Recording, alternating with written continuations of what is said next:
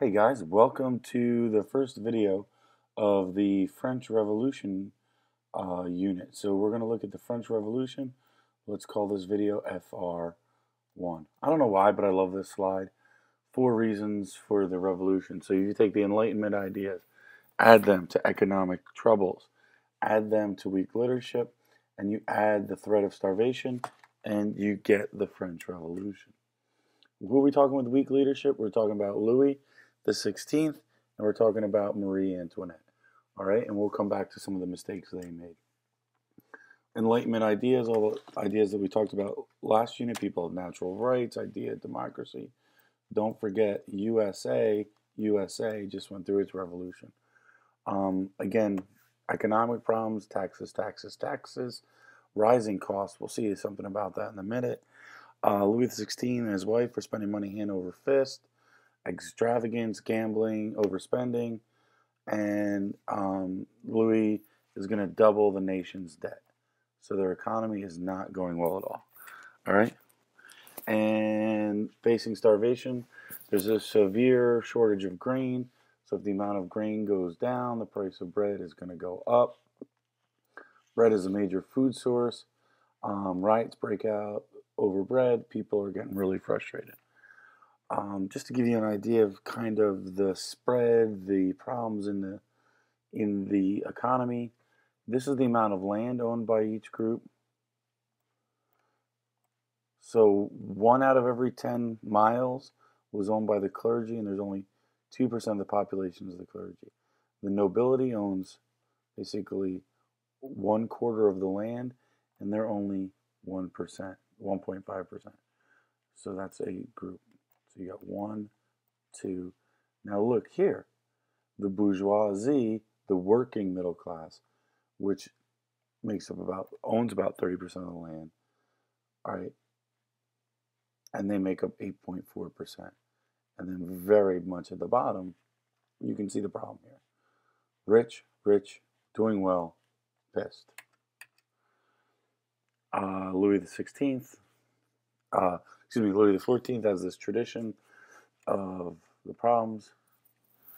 Here we see Marie Antoinette, who was accused of saying, "Let them make cake."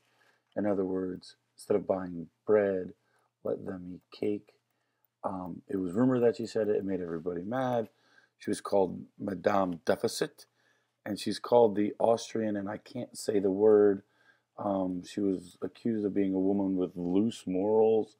Notice she's an Austrian. All right. That's their palace. Where's the tax money? Notice le déficit. Even deficits sound fancier in French. And here you see a cartoon depicting the 3 estates. You have the priests and the wealthy riding on the back of the poor. First estate is the clergy, second estate is the nobility, and third estate is the rest of society. Let's talk about these 3 estates. This is called the old regime. What was going on in France? Again, very small numbers of people, right? They didn't like the Enlightenment ideas because they were going to threaten their place, all right? And they owned about 10% of the land, and they paid very few taxes. So you can see why they wouldn't want democracy to come. 10% land. Again, like 2% of their income goes to taxes. The rich nobles, the nobility, 2% of the population owned 20% of the land. Again, so there's this kind of pyramid effect, but the pyramid is so lofty for these 1s and 2s up here. And then there's this huge group of 3. Again, small percentage of the population don't pay very much taxes. Some of them like the Enlightenment ideas.